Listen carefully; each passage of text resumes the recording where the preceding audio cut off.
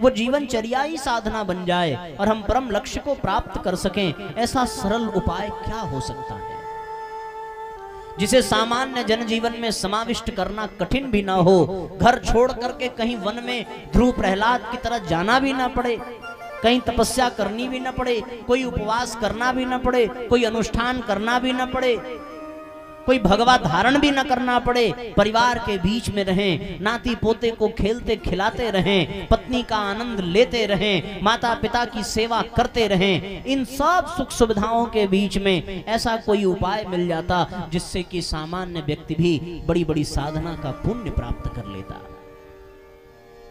नारद जी की ये बात सुनकर के भगवान बड़े प्रसन्न हुए। बोले नारद, बड़ा बढ़िया प्रश्न किया आपने। नारद जी यही कहते हैं कि प्रभु, व्यक्ति प्रसाद भी खाता है और खाना भी खाता है, कुछ ऐसा उपाय बता दीजिए कि भोजन करना ही प्रसाद करना बन जाए। परिक्रमा करने के लिए तो वो चलता ही है, जैसे वो परिक्रमा करने के लिए चलता है वैसे वो दिन भर चल रहा है, कोई ऐसा उपाय बता दीजिए कि दिन भर चलना ही उसकी परिक्रमा बन जाए। क्या आनंद आएगा। प्रभु, जैसे आप कहते हैं चरणामृत का पान करना चाहिए, उसी प्रकार व्यक्ति इस तपती धूप में जल का पान तो कर ही रहा है, कोई ऐसा उपाय बता दीजिए कि वो जल का पान ही चरणामृत के पान के समान हो जाए। जिस प्रकार से मंदिरों में, तीर्थों में लोग जाकर के दर्शन करते हैं उन्हीं खुली आंखों से, तो ये आंखें हमेशा खुली ही हैं, कोई ऐसा उपाय मिल जाता कि ये आंखें हमेशा दर्शन करती रहती, कोई ऐसी साधना मिल जाए। भी देखना तो आई है, वो देखना ही दर्शन बन जाए, वो चलना ही परिक्रमा बन जाए, वो खाना ही प्रसाद ग्रहण करना बन जाए, वो बोलना ही भगवान का संकीर्तन बन जाए, वो सुनना ही सत्संग बन जाए, कोई ऐसा उपाय मिल जाए। अब ये कौन सोच रहा है? ये नारद जी सोच रहे हैं। किस लिए सोच रहे हैं? क्योंकि इसी में व्यक्ति का कल्याण है। अगर उसका देखना दर्शन बन जाए तो वो कभी गंदी चीजों की ओर दृष्टि नहीं डालेगा, वो फिर किसी की बुराई नहीं देखेगा। अगर उसका सुनना ही सत्संग बन जाए तो फिर वो कान उसके कभी निंदा में, कभी चुगली में रस नहीं प्राप्त करेंगे। उसका बोलना ही भगवान का नाम संकीर्तन बन जाए तो कितना अद्भुत होगा कि भैया उसके मुख से कभी अपशब्द नहीं निकलेगा। उसका चलना ही जब तीर्थ यात्रा बन जाए, परिक्रमा बन जाए, तो उसके पैर कभी लड़खड़ाएंगे नहीं, कभी गलत मार्ग पर नहीं जाएंगे। उसके हाथ जब उठें तो वो हाथ केवल देने के लिए उठे और उसका देना ही यज्ञ बन जाए तो फिर वो हाथ कभी कलंकित नहीं होंगे। ऐसी कोई साधना और ऐसी जिज्ञासा लेकर के नारद जी वहां पहुंचे, क्योंकि इसी में मनुष्य का कल्याण है। और आज मनुष्य इन्हीं चीजों से दूर हो रहा है। पहले वो तीर्थ दर्शन के लिए कितने कितने महीने, कितने कितने दिनों जाया करता था, पर अब समय नहीं है। पहले वो सत्संग में जाया करता था, पहले वो भजन कीर्तन में रहता था, तो कितना उसका कल्याण होता था। पर आज ये सारी चीजों से व्यक्ति अपने आप को वंचित कर देता है। इस बात की चिंता नारद जी को खाए जा रही है कि काश कोई उपाय निकल जाता और प्रभु ये दुनिया फिर से वैसी ही बन जाती जैसी आपके आने के समय बनी थी, जैसे रामावतार में बनी थी, जैसे कृष्णावतार में बनी थी, जैसे बुद्धावतार में बनी थी। फिर से धरती पर राम राज्य स्थापित हो, मजा आ जाएगा। समझ रहे हो आप जो मैं बता रहा हूं? सबको समझ में आ रहा? किसको किसको आ रहा? भाई हाथ उठाओ जरा।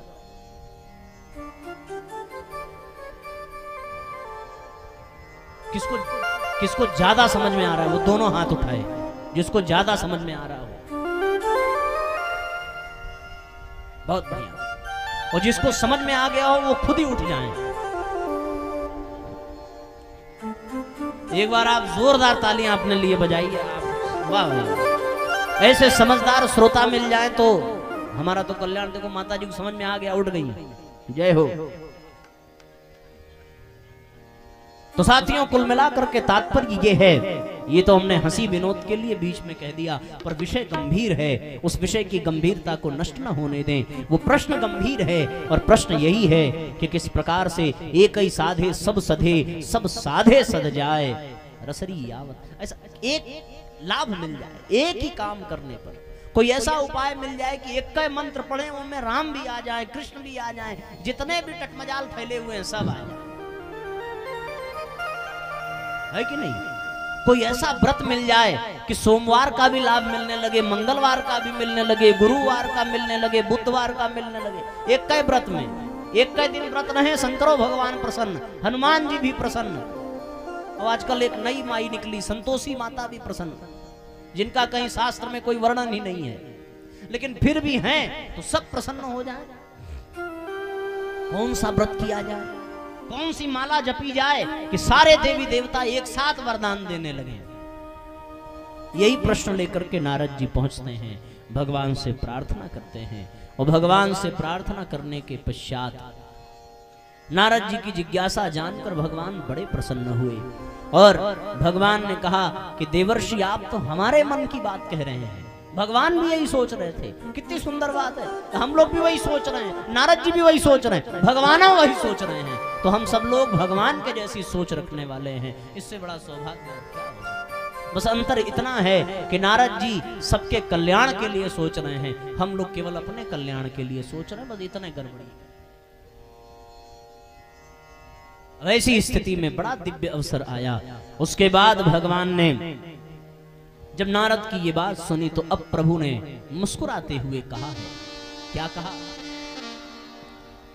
अधुनास्ति हि सर्वत्र नास्था क्रम परंपरा अदूरदर्शिता ग्रस्ता जना विस्मृत्य गौरवम्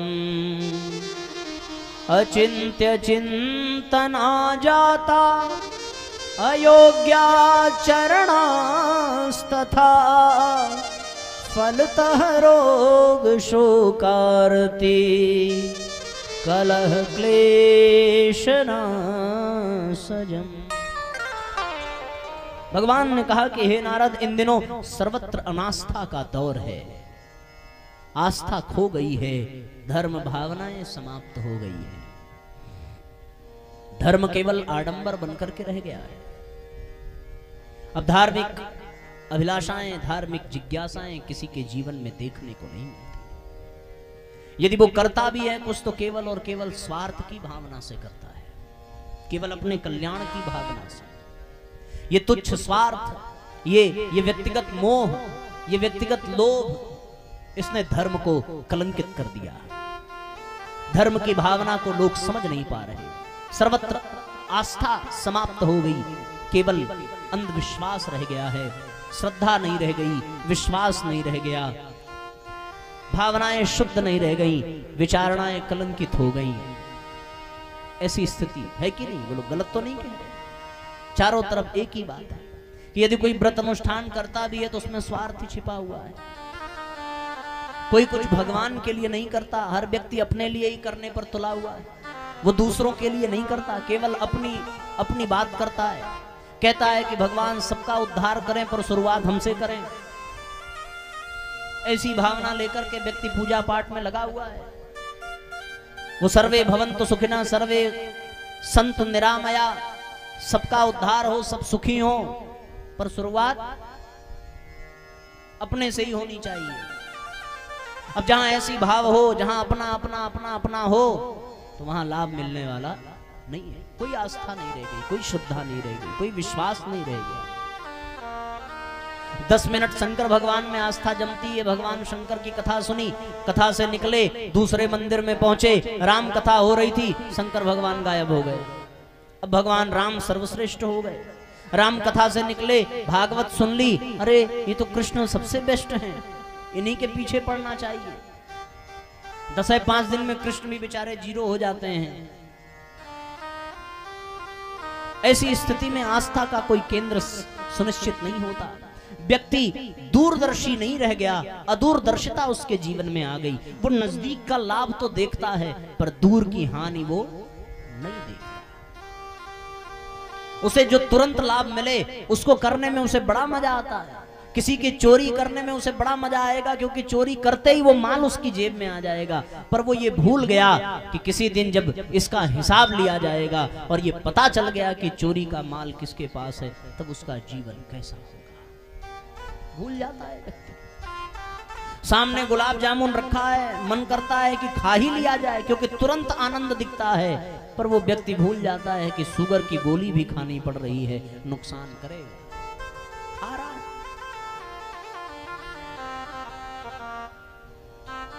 आज ठंड के मौसम में यहाँ पता नहीं ठंड कितनी पड़ती है, अभी तो गर्मी हम लोग झेल रहे हैं। ठंड के मौसम में हमें एक बात समझ में नहीं आती, और शायद आप भी ना समझ पाए होंगे, और जो विशेष प्रकार से यहाँ पे पुरुष वर्ग है वो जरा ध्यान से सुनेंगे। आपके क्षेत्र में तो नहीं पता, पर हम लोगों ने अपने क्षेत्र में देखा है साहब कि दुनिया में कितनी भी ठंड पड़ रही हो, कितनी भी ठंड पड़ रही हो, लेकिन अगर किसी शादी के निमंत्रण में महिलाओं को जाना है तो ठंड का बाप भी उनका कुछ बिगाड़ नहीं पाता। भले बाद में आने के बाद वो बीमार पड़ जाए दादी, लेकिन ये कह दिया जाए कि वो हाई नेक का स्वेटर पहन करके शादी में जाए तो संभव ही नहीं है। उस समय दुनिया की कोई ताकत उनको ठंडी नहीं पड़ा सकती, और हम लोग मरे जा रहे हैं ठंड के मारे, कांपे जा रहे हैं, काफी पे काफी, चाय पे चाय पिए जा रहे हैं, गरम गरम दूध पिए जा रहे हैं, और उनको हवा का झोंका स्पर्श तक नहीं करता। ऐसी दिव्य क्षमता न जाने कहां से आ जाती है। तो ये तुरंत का लाभ तो दिखता है महाराज, पर बाद की हानि दिखती नहीं है। बाद में भले, और फिर वो सेल्फी लेने के चक्कर में खूब आइसक्रीम पे आइसक्रीम धक्का-धक खाए जा रहा है, कितना नुकसान करे। अदूरदर्शिता जीवन में समाप्त हो गई है। तुरंत का लाभ व्यक्ति को दिखता है, दूर की हानि नहीं दिखाई।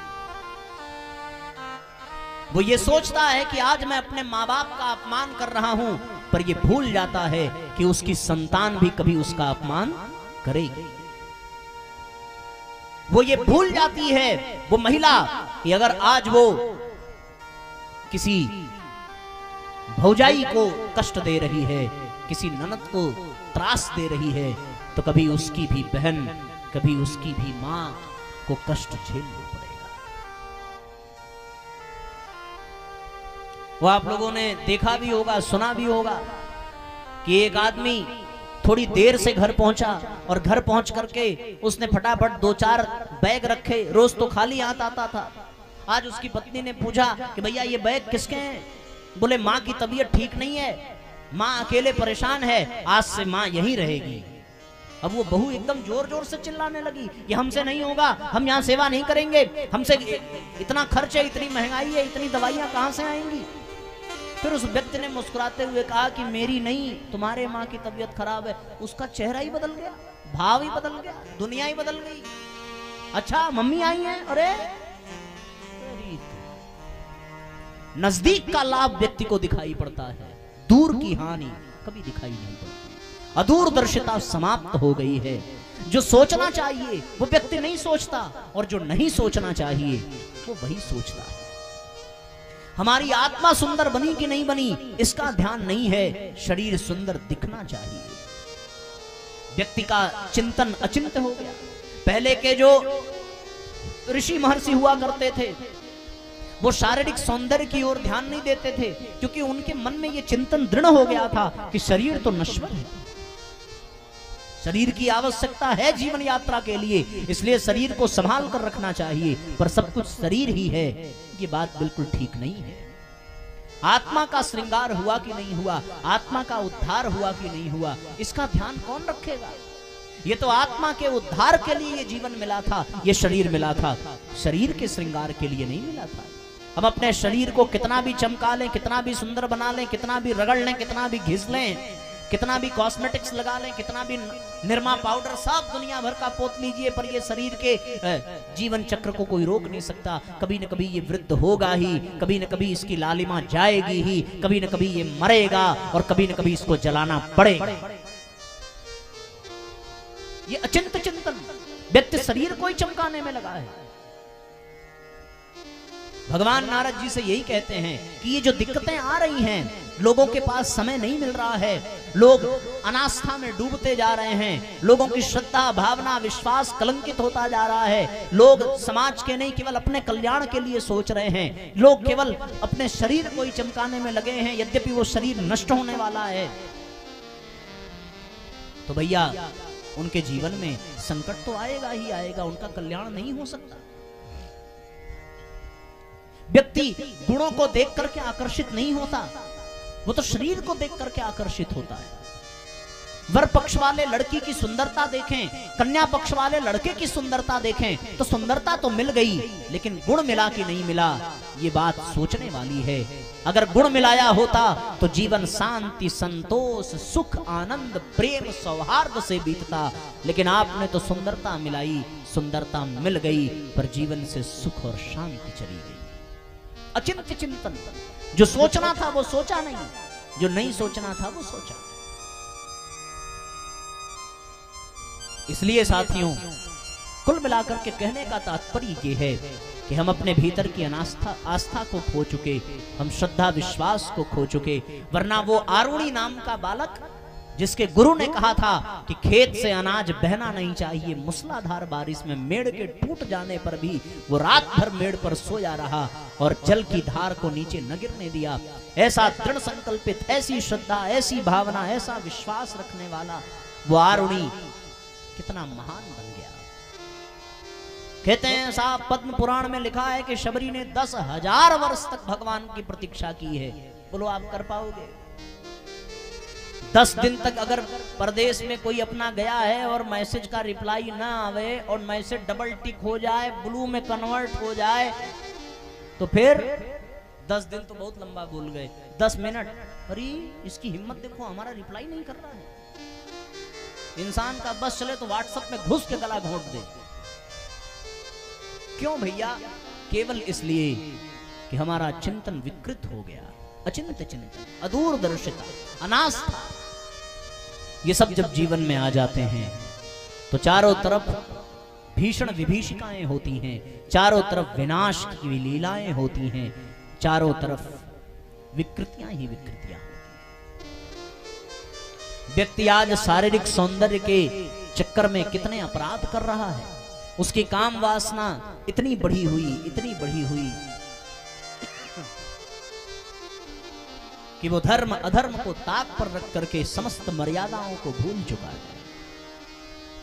जानवरों से भी बदतर स्थिति हो गई आज के मनुष्य की। ये सब बातें भगवान कह रहे हैं, किससे? नारद जी से। और उसके बाद परमात्मा ने एक बड़ी सुंदर बात कही। क्या कहा? कि जब स्थिति ऐसी हो जाए कि उस स्थिति का नियंत्रण स्वयं मनुष्य के हाथ में न रहे, ऐसी ही स्थिति है ना। पर्यावरण का बढ़ता हुआ प्रदूषण अब मनुष्य के हाथ में नहीं है कि वो मनुष्य उसे कम कर सके। मांसाहार का बढ़ता सेवन अब मनुष्य के हाथ में नहीं है। चारों तरफ बढ़ती हुई दहेज प्रथा अब मनुष्य के हाथ में नहीं है कि वो उसे रोक सके। ये बढ़ता हुआ तापमान मनुष्य नहीं रोक सकता। चारों तरफ बढ़ता हुआ स्वार्थ, बढ़ती हुई दुर्भावनाएं, बढ़ता हुआ कुविचार, ये मनुष्य नहीं रोक सकता। वो अपने आप को सुधार ले, बड़ी बात, दुनिया को वो क्या सुधारेगा। तो जब मनुष्य के हाथ से स्थिति निकल जाए और उसका नियंत्रण काम न करे, तब भगवान को अपना वचन याद आता है। भगवान ने क्या वचन दिया? यदा यदा हि धर्मस्य ग्लानिर्भवति भारत अभ्युत्थानम् धर्मस्य तदात्मानं सृजाम्यहम्।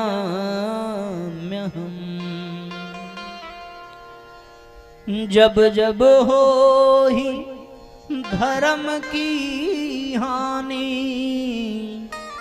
बाढ़हि असुर अधम अभिमानी। तब तब प्रभु धरी विविध शरीरा, हरहु कृपा निधि सज्जन पीरा।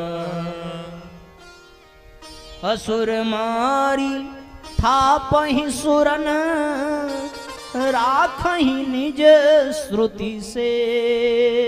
तु जग विस्तारहि विशद यश, राम जन्म कर हे। ये कोई नई बात नहीं है जो ऐसी परिस्थिति आई। रावण की जब शक्ति बढ़ने लगी तो उस समय भी इससे विकृति स्थिति आई थी। और एक समस्या थी कि सतयुग के कालखंड में दो लोकों में लड़ाई चलती थी, स्वर्ग लोक में और पाताल लोक में। ठीक है, तो बीच वाले सुरक्षित थे, धरती लोक वाले। सतयुग के बाद त्रेता युग आया। त्रेता युग में दो लोक की नहीं, दो देश की लड़ाई प्रारंभ हुई, भारत और श्रीलंका। लंका का राजा रावण और भारत के भगवान श्री राम। दो लोक की लड़ाई होती थी, असुर और देवताओं में, दो देशों में हुई, राम और रावण में।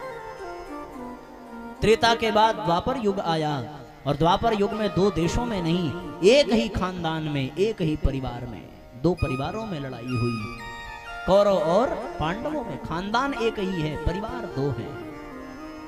तो जो लड़ाई दो लोकों में होती थी, जो लड़ाई दो देशों में होती थी, अब तो दो परिवारों में होने लगी। द्वापर युग गया, त्रेता युग गया, सतयुग गया, कलयुग आया।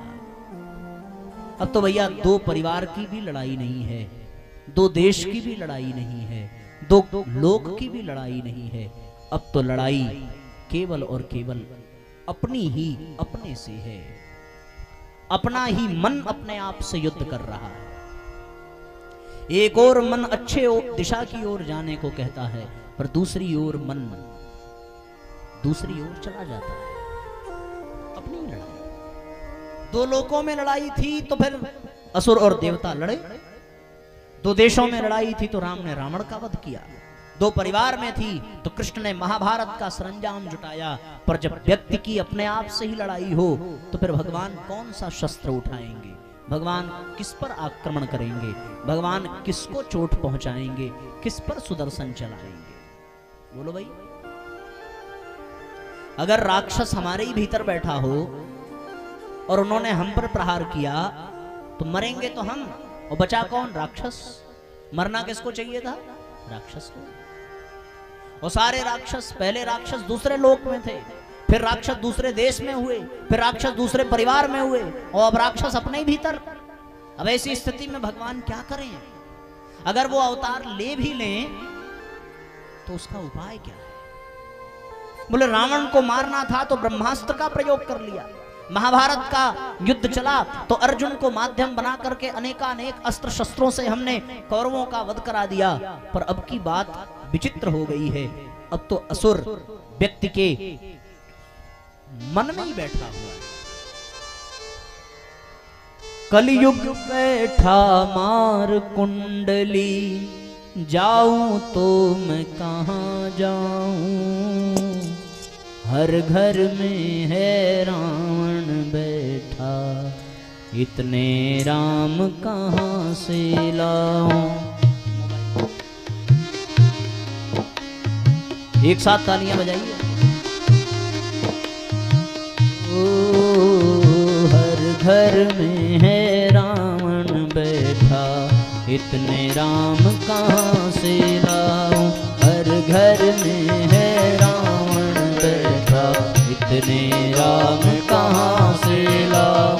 कलयुग बैठा मार कुंडली, जाऊं तो मैं कहां जाऊं, कलयुग बैठा मार कुंडली, जाऊं तो मैं कहां जाऊं, हर घर में अब रावण बैठा, इतने राम कहां से लाऊं, हर घर में अब रावण बैठा, इतने राम कहां से लाऊं। दशरथ कौशल्या जैसे मात पिता अब भी मिल जाएं, दशरथ कौशल्या जैसे मात पिता अब भी मिल जाएं, पर राम सा पुत्र मिले ना, जो आज्ञा ले बन जाए, पर राम सा पुत्र मिले ना, जो आज्ञा ले बन जाए। भरत लखन से भाई को मैं ढूंढ कहां से अब लाऊं, भरत लखन से भाई को मैं ढूंढ कहाँ से अब लाऊं। अब हर घर में रावण बैठा, इतने राम कहाँ से लाऊं। अब हर घर में रावण बैठा, इतने राम कहाँ से लाऊं।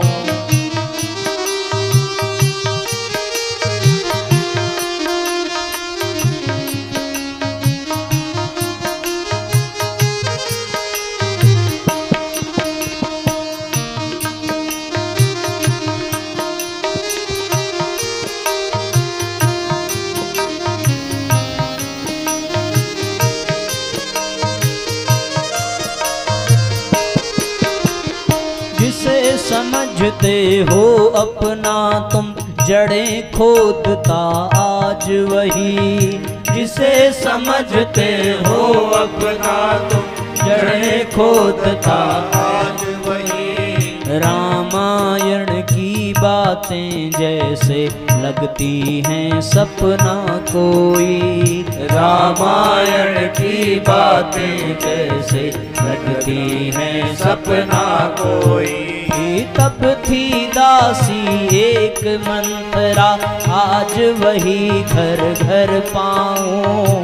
तब थी दासी एक मंत्रा, आज वही घर घर पाऊं। अब हर घर में रावण बैठा, इतने राम कहाँ से लाऊं।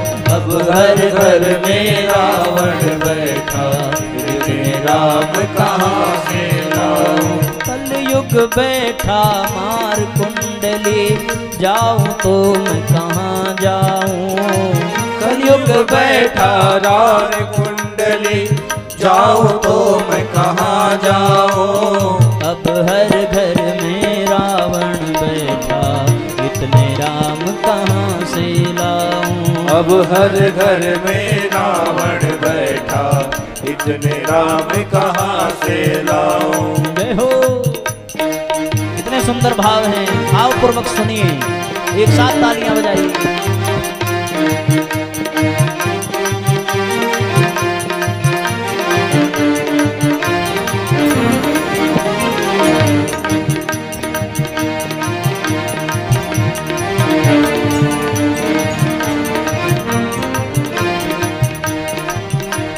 रोध रहे बगिया को देखो, खुद ही उसके रखवाले। रौंद रहे बगिया को देखो, खुद ही उसके रखवाले।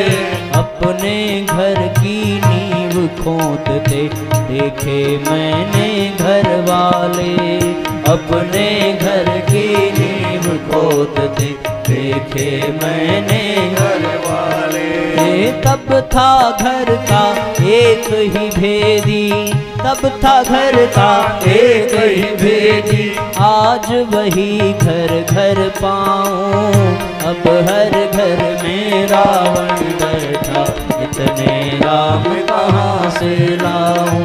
अब हर घर में रावण बैठा, इतने राम कहाँ से लाऊं। कलयुग बैठा मार कुंडली, जाऊं तो मैं कहाँ जाऊं। कलयुग बैठा नार कुंडली, जाऊं तो मैं कहाँ जाऊं। अब हर घर में रावण बैठा, इतने राम कहाँ से लाऊं।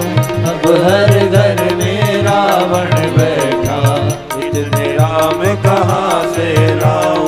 अब हर घर में रावण बैठा, इतने राम कहाँ से लाऊं।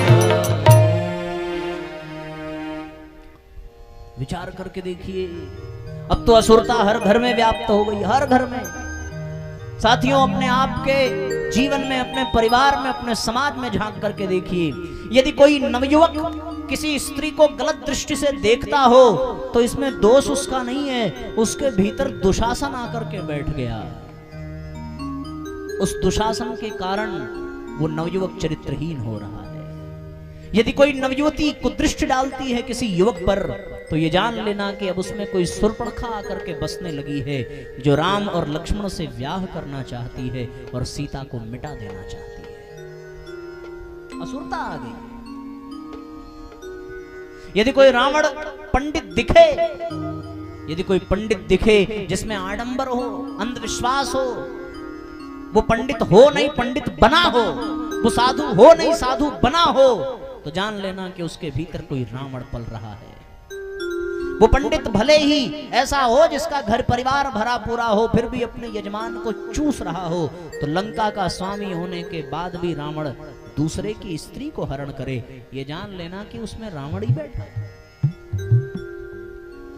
और ये बात जब पता चली तो भगवान ने नारद जी से एक बात बताई कि नारद जी आपको पता नहीं है, आज सारे राक्षसों ने गुरु शुक्राचार्य के साथ एक बैठक बुलाई है और उस बैठक में उन्होंने एक योजना बनाई। बोले क्या योजना बनाई? योजना ये बनाई कि हम लोगों ने जब जब अलग अलग प्रयास किया तब तब इस विष्णु ने हमें पराजित कर दिया। रावण ने कहा कि मैं तो सारी दुनिया में पाप को फैला ही चुका था, पर इसी विष्णु ने राम का रूप धारण करके मुझे और मेरे भाई कुंभकर्ण को मिटा दिया। फिर कंस ने कहा कि मैं तो बिल्कुल तैयार था, सर्वत्र अन्याय अनीति अत्याचार ही फैला हुआ था, कलयुग अपने चरम पर पहुंचने वाला था, तब तक कृष्ण ने अवतार लेकर के मेरा वध कर दिया। शूर्पणखा ने कहा कि मैं तो सर्वत्र चरित्रहीनता का बोलबाला पैदा करना चाहती थी, पर इसी राम के भाई लक्ष्मण ने मेरी नाक काट दी। भस्मासुर ने कहा कि भगवान मैंने तो योजना ही बना ली थी कि सिर के ऊपर जैसे ही शंकर के हाथ रखूंगा, शंकर जल करके नष्ट हो जाएंगे और ये दुनिया मेरी हो जाएगी। चारों तरफ योजनाबद्ध तरीके से काम हुआ। दुर्योधन ने कहा कि मैंने पांडवों को माध्यम बना करके सर्वत्र अपना ही राज्य स्थापित किया, पर इसी कृष्ण ने शांति दूत बनकर के मेरी शांति को भंग कर दिया। दुशासन ने कहा मैं द्रौपदी की लाज लूटने ही वाला था, पर किसी कृष्ण ने बार बार हम असुरों को पराजित किया है। तो शंकराचार्य ने कहा कि ऐ असुरों, अब तुम अकेले इस दुनिया में मत जाना और देखो, यदि तुम दिखोगे तो वो तुम्हें अवश्य पराजित कर देगा। तुम्हें सूक्ष्म रूप में जाने की आवश्यकता है। सूक्ष्म रूप समझते हैं ना? जिस रूप में भूत रहता है कि वो दिखेगा नहीं पर आपके भीतर घुस जाएगा। तो सूक्ष्म रूप में ये असुर सब एक साथ इस दुनिया में आए और जिसका जैसा दिमाग देखा उसके दिमाग में घुस गए। नवयुवतियों के दिमाग में ऐसी वो शूर्पणखा घुसी कि वो आधे कपड़े पहनने लगी और चरित्रहीनता उनके जीवन में आ गई। राजनेताओं के दिमाग में कंस ऐसा घुसा कि उन राजनेताओं के जीवन में भ्रष्टाचार, अन्याय, अनीति है, वो समाज की सेवा नहीं करते। पंडितों के मन मस्तिष्क में रावण घुस गया, वो केवल अंधविश्वास, पाखंड और आडंबर ही फैलाते हैं। वैज्ञानिकों के जीवन में भस्मासुर घुस गया कि वैज्ञानिक ऐसी खोज करेंगे कि उस खोज से उनका ही सर्वनाश हो जाए। बोलो, भस्मासुर जिसके ऊपर अपने ऊपर हाथ रखा जल के मर गया। वैज्ञानिकों ने ऐसी मिसाइलें खोजी, ऐसे परमाणु बम खोजे। अरे खोजना ही था तो ये खोजते कि समुद्र का पानी के खारापन को कैसे मिटा करके दुनिया में पानी के अभाव को मिटाया जाए। ये तो खोजते नहीं है। खोजने को तो अभी बहुत चीजें बाकी हैं। अभी वैज्ञानिकों को यह खोजना चाहिए कि शरीर पे कौन सा तिल किस प्रकार का संकेत करता है। ये वैज्ञानिक खोजते नहीं है। वैज्ञानिक क्या क्या खोजते हैं? दुनिया में घटता हुआ पेट्रोल, घटता हुआ डीजल, बढ़ती हुई महंगाई। अरे खोजना ही था तो ऐसे खोज लेते, बिना पानी के कैसे जहाज उड़ेगी, अब पानी से किस प्रकार गाड़ी चलेगी। ये सारी चीज वो खोजते नहीं है। वो ऐसी चीज खोजते हैं जिससे दुनिया का नुकसान ही नुकसान हो। परमाणु बम खोज दिया। अब आप कल्पना करके देखो, परमाणु बम जिस कोठरी में रखा होगा उस कोठरी का कोई तो इंचार्ज होगा। अगर सवेरे वो अपनी बीबी से झगड़ा करके आवे और गुस्सा उतार दे परमाणु बम पे, तब साफ दुनिया खत्म एक के बटन में। वैज्ञानिकों के भीतर भस्मासुर घुस गया।